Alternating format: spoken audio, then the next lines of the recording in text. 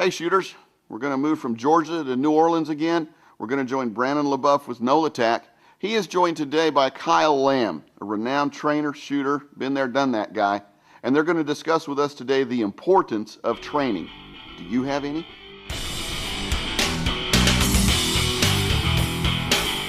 We're here with Kyle Lamb, president of Viking Tactics. If you're unfamiliar with Viking Tactics or Kyle, you might want to take a second, go ahead and fire up your Google. You're going to be pleasantly surprised. Kyle, what I want to talk to you about today is, obviously you're known primarily for training and kind of more so, I would think, on the tactical side of the house. How does what you do with law enforcement, military, special operations guys, is any of that, and if so, how is that applicable to a non-military, non-law enforcement soccer mom or someone, a dad that's just getting dressed to go to work, just a regular armed citizen? Are those skills applicable, and how so? Yeah, our skills, mostly for law enforcement, military, we do teach those guys concealed carry and how to draw from concealment, the whole 9 yards. But the mindset is probably the most important thing. We try to be very aggressive and very offensive in our classes. And I don't mean that I'm cussing. I mean we are trying to stay on the offense because we don't want to get behind the 8-ball when we're out there in a gunfight. So if you see a woman out on the street and she looks like a target, that is your prey if you're a bad guy. If she looks like she's switched on, her head's on a swivel, maybe she's carrying a purse in a manner that leads you to believe that she's armed, guess what? You're a bad guy. You're going to avoid her like the plague. So yeah, absolutely. The things that we teach military guys apply to moms. Probably the better thing about a mother, if she has her children with her, she's already more switched on than most men are because we walk around a little bit more lax. But a mother has that natural instinct, and if you're a bad guy and you pick on a lady that's got kids, you're absolutely an idiot for doing something like that. You don't want to corner a cat, basically. You don't want to do that, no. Well, I think you would agree that obviously training is very important, and I would think as long as picking the gear, what gun am I going to get, what holster am I going to get, where am I going to get that training?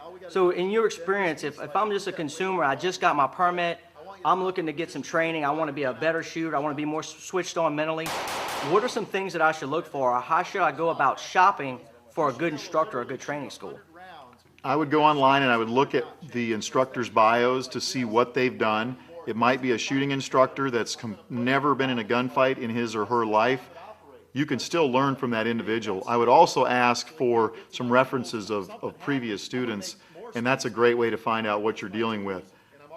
I've shot with a ton of different instructors out there, and even the absolute worst instructors that I've shot with, I've learned something from, because as an instructor, we can always learn. Perpetual student. I do not want to act like this guy, or I do want to act like that guy.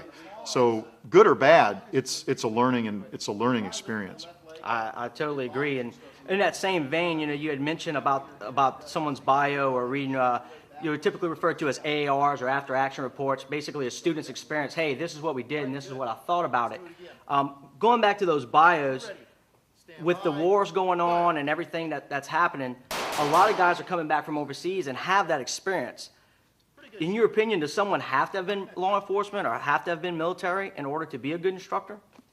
I don't believe so. I think that there are certain things taught to military and law enforcement people that are harder to find out in the civilian world. If you used to make peanut butter for a living or used to be a computer guru, you probably didn't get a lot of combat mindset courses. Maybe, I don't know. I'm not sure what Steve Jobs Peanut butter can be a rough business. Yeah, I guess so. You're dealing with nuts either way, whether in the Army or you're dealing with a peanut butter company. But the bottom line is, I've learned a lot from folks out there that were not military, they weren't law enforcement, guys that were mountaineers, they're hunters, maybe they kayak for a living. You just never know who you're going to learn from. My wife is a great example. She was never in the military, never in law enforcement, and I've learned a ton from her because she's a mother. So, and she's had to deal with me though for her whole life. I guess that's like combat in itself. But you can learn from anybody out there. You should always be a student. You should always be trying to pick up something from other people. Awesome. Well, thank you, Kyle, for coming on and telling us, some of your insight on training. I mean, obviously, you bring a wealth of experience and knowledge to the table. I'm assuming your schedule is available on your website, vikingtactics.com. So if someone wants to take a course from you guys, they can just sign right up. Yeah, start checking with us now. We book normally about 1.5 years in advance. So awesome. Well, thank you very much for your time.